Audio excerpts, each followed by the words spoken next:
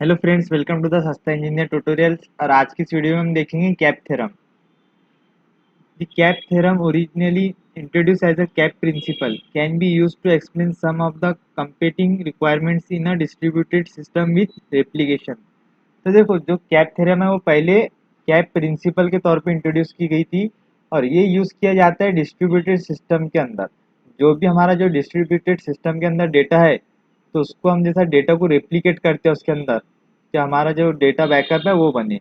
तो उस रेप्लिकेशन के प्रोसेस के अंदर हमें कुछ चीज़ें ध्यान में रखनी पड़ती है। तो वो कुछ चीज़ों को क्या कहा गया है यहाँ पे, कैप प्रिंसिपल्स। तो ये कैप प्रिंसिपल्स काय को रेफर करते हैं ये देखेंगे हम सबसे पहले। The three letters of CAP refer to three desirable properties of distributed system with replicate data। तो देखो यहाँ पे बार बार बता रहा है काय के लिए होगा ये यूज, डिस्ट्रीब्यूटेड सिस्टम के अंदर यूज होगा डेटा रेप्लिकेशन के रिस्पेक्टिव के अंदर। ठीक है, तो सबसे पहले जो हमारा सी है वो कंसिस्टेंसी को रिप्रेजेंट करता है। कंसिस्टेंसी मीन्स जितने भी हमारे रेप्लिकास है वो सभी सेम होने चाहिए। ऐसी नहीं कि जो हमारे पास एक जो रेप्लिका है उसके अंदर कुछ डेटा डिफरेंट है और दूसरी रेप्लिका में दूसरा डेटा डिफरेंट है। पूरा का पूरा डेटा है वो पूरा सेम रेप्लिकेट होना चाहिए। ए रिप्रेजेंट करता है availability. System must available for read and write operation. जब भी हमारे को रीड और राइट ऑपरेशन परफॉर्म करेंगे हम, तो उसके अंदर सिस्टम प्रेजेंट होना चाहिए। And P represent partition tolerance. The node in the system being partition by network fault. अगर से कोई भी हमारे पास ऐसा नेटवर्क फॉल्ट होता है, तो उसके अंदर एक ही नहीं, जैसा दो पार्टीशन अलग अलग हो जाएंगे। जैसे हमारे पास मल्टीपल नोड्स है, अब वो मल्टीपल नोड्स मिलके एक नेटवर्क बना रहे हैं, तो सबके सब एक दूसरे से इंटर कनेक्टेड रहेंगे। तो जब भी जैसा कोई एक नोड कोई ना कोई जैसा नेटवर्क इशू के वजह से डाउन हो गई, तो इसके वजह से क्या होगा, तो जैसा जो लिंक है वो लिंक टूट जाएगा। तो जितना भी जैसा एक दो अलग अलग जैसा क्लस्टर बन सकते हैं, हो सकता है कि तीन बन जाए, हो सकता है कि चार भी बन जाए, लेकिन मिनिमम टू बनेंगे अगर से कोई ब्रेक होता है तो उससे क्या होगा, जितनी भी हमारे पार्टीशंस बनेंगे तो अपना अपना अलग अलग काम करेंगे। ऐसा नहीं कि जैसा कोई जैसा नेटवर्क इश्यू हुआ तो उसके वजह से पूरा का पूरा शट डाउन हो जाएगा, नहीं, ऑपरेशंस परफॉर्म होंगे। आप देखो कैप थ्योरम क्या बोलता है। The cap theorem state that it is not possible to guarantee all three of the desirable properties. तो देखो कैप थ्योरम बोलता है कि जितने भी जैसे हमारे पास ये तीनों प्रॉपर्टी है, कंसिस्टेंसी, अवेबिलिटी एंड पार्टीशन, तो ये सबके सब जैसा पॉसिबल नहीं है कि एक साथ तीनों की तीनों प्रॉपर्टी को हम डिजायर कर सके। तो consistency, availability, partition tolerance at the same time in the distributed system with the data replication. तो डेटा रेप्लिकेशन के साथ हम ये तीनों की तीनों जैसा हम अचीव नहीं कर सकते। तो ये तीनों क्यों अचीव नहीं कर सकते, देखो यहाँ पे एक यहाँ पे कंसिस्टेंसी है, यहाँ अवेबिलिटी है, यहाँ पार्टीशन टॉलरेंस है। तो एक टाइम पे हम सिर्फ एक दो को ही लिंक कर सकते हैं। अब वो कोई भी दो को लिंक कर सकते हैं। यहाँ पे कंसिस्टेंसी एंड अवेबिलिटी साथ में आ सकती है, या फिर अवेबिलिटी और पार्टीशन टॉलरेंस साथ में आ सकता है, या फिर कंसिस्टेंसी या पार्टीशन टॉलरेंस साथ में आ सकता है। तो कोई भी आपको दो ही पिक करने होंगे यहाँ पे।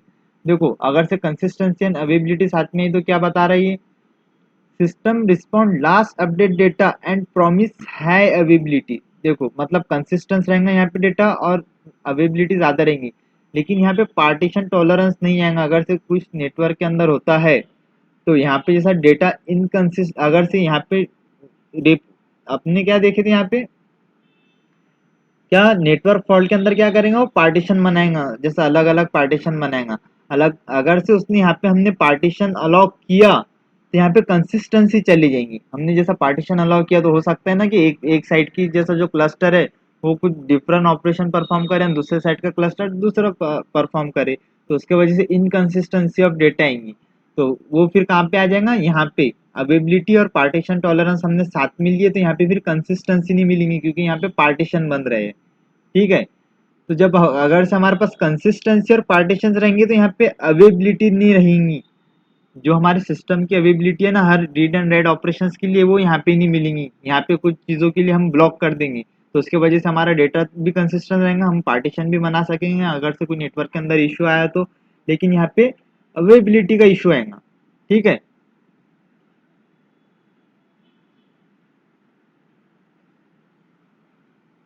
the theorem states that network shared data system can only strongly support two of the three properties. देखो सिस्टम सिर्फ दो ही प्रॉपर्टीज को सपोर्ट कर सकता है at a time. At a time बाद में हम उसे चेंज कर सकते हैं, हमें जैसा जो जो भी दो प्रॉपर्टी चाहिए हम वो दो प्रॉपर्टी को लेके हमारे सिस्टम में इम्प्लीमेंट कर सकते हैं। तो देखो आप कंसिस्टेंसी को पहले समझते हैं कि कंसिस्टेंसी हमें क्या बताता है इसके अंदर। Consistency means that the nodes will have same copies of a replicate data items visible for various transaction. अब देखो हमारे पास जब डिस्ट्रीब्यूटेड डेटा के अंदर हम रिस्पेक्टिव में बात कर रहे हैं ना, डिस्ट्रीब्यूटेड सिस्टम के रिस्पेक्टिव में, तो हम जैसा डिस्ट्रीब्यूटेड सिस्टम कब यूज करते हैं, जब हमारे पास लार्ज स्केल ऑफ डेटा हो और हमारे पास जैसा वाइड रेंज ऑफ यूजर्स हो, अलग अलग जगह पे यूजर्स हो। तो अलग अलग जगह पे जब यूजर्स रहेंगे तो उसको जैसा एक्सेस करेंगे, डेटा को अलग अलग जगह से एक्सेस करेंगे। तो वो कोई भी यूजर अगर से सेम डेटा को अगर से एक्सेस कर रहा है तो वो डेटा जैसा सेम रहना चाहिए। ऐसा नहीं कि अगर से मैं कोई एक जैसा सिस्टम को एक्सेस कर रहा हूँ, कोई एक नोड को एक्सेस कर रहा हूँ और दूसरा भी जैसा दूसरे लोकेशन से उस सेम नोड को एक्सेस कर रहा है, दोनों को वो अलग अलग डेटा बता रहा है, तो यहाँ पे डेटा इनकंसिस्टेंट हो जाएगा। दोनों को सेम डेटा मिलना चाहिए अगर से वो सेम रिस्पेक्टिव के अंदर उसको एक्सेस कर रहे हैं तो। Second one is a guarantee that every node in a distributed cluster returns the same most return and successful write। तो देखो क्या गारंटी होनी चाहिए इसके अंदर, सेम रिटर्न होना चाहिए, सेम डेटा रिटर्न होना चाहिए, मोस्ट रिसेंट होना चाहिए। अगर से हमने जैसा एक सेकंड के पहले इसके अंदर कोई अपडेट हुआ तो यहाँ पे जो यूजर को वो डेटा शो होगा वही डेटा दूसरे यूजर को भी शो होना चाहिए, same data same updated data, और सक्सेसफुल राइट होना चाहिए। ठीक है। It refers to the all client has the same view data. तो देखो जब हमारे पास जैसा मोस्ट रिसेंट व्यू आएगा तो जैसा ये भी जैसा ऑटोमेटिकली हो जाएगा कि क्लाइंट की जितनी भी क्लाइंट है हमारे, जितने भी जैसा डेटा को एक्सेस करेंगे तो उनको सेम व्यू रहेगा, मतलब सेम ही व्यू, रिसेंट अपडेटेड व्यू मिलेगा उनको। Consistency in cap refers to the sequential consistency. तो देखो ये क्या बोल रहा है, सिक्वेंशियल कंसिस्टेंसी जैसा रेफर करता है कैप के अंदर। तो second one is availability. So availability means that each read or write request for data item will either be processed successfully or will receive a message that the operation cannot be completed।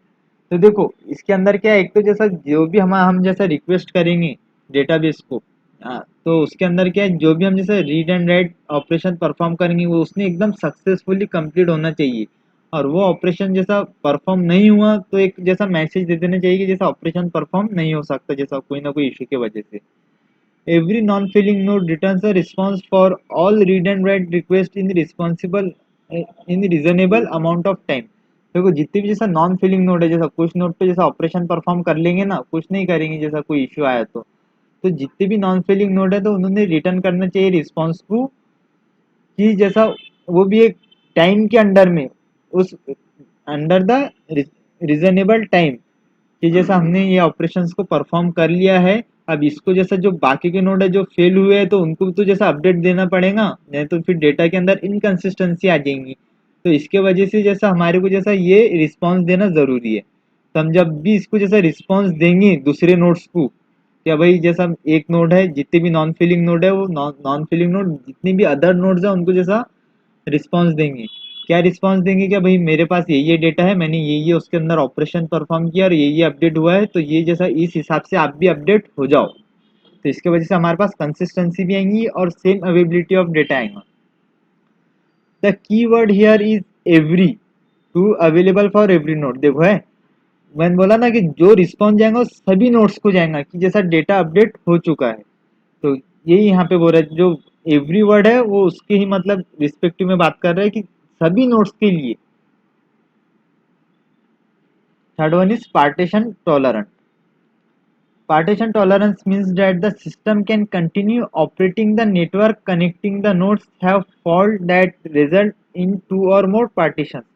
देखो अब partition tolerance कब होगा, कि जब अगर से हमारे पास जो नोड्स है, नंबर ऑफ नोड्स है, जैसा डेटाबेस के अंदर हर डेटाबेस के अंदर नंबर ऑफ नोड्स रहेंगे। अब हमारे पास मल्टीपल डेटाबेसेस रहेंगी, तो हम जैसा उसके अंदर जैसा एक जो नोड है वो जैसा नेटवर्क कनेक्शन की वजह से या फिर कुछ इशू की वजह से काम करना बंद कर दे, तो उसके वजह से हमारे पास दो मिनिमम टू डिफरेंट क्लस्टर बनेंगे। मिनिमम टू, मैक्सिमम कितनी भी बन सकती है, वो डिपेंड करेगा कौन सी नोड है। ठीक है। तो देखो यहाँ पे देखो डायग्राम से समझ लेते हैं, अगर से ये जो नोड है हमारे पास, ये एक डेटाबेस है, ये नोड है, ये नोड ने काम करना बंद कर दिया और ये सब आपस में कम्युनिकेशन करेंगे क्योंकि एक सेम डेटाबेस के अंदर है। तो क्या होगा यहाँ पे तो कनेक्शन कट हो गया, तो इसके वजह से इनको कोई इफेक्ट नहीं आएगा, ये अपना प्रोसेस करेंगे और ये कुछ नहीं, मतलब ये अलग हो जाएगा, फिर ये अलग अपना प्रोसेस करेंगे। या फिर इससे हम ऐसा भी देखो कि यहाँ पे 3 इससे इधर कनेक्टेड है, हो सकता है कि यहाँ पर एक कनेक्टेड और हो सिर्फ इससे, एक कनेक्टेड यहाँ हो सिर्फ इससे, है क्या नहीं। तो इन तीनों का, इन दोनों या फिर तीनों का एक अलग क्लस्टर बनेगा इधर, और फिर इन तीनों का एक अलग क्लस्टर बनेगा जो वर्किंग कंडीशन के अंदर है।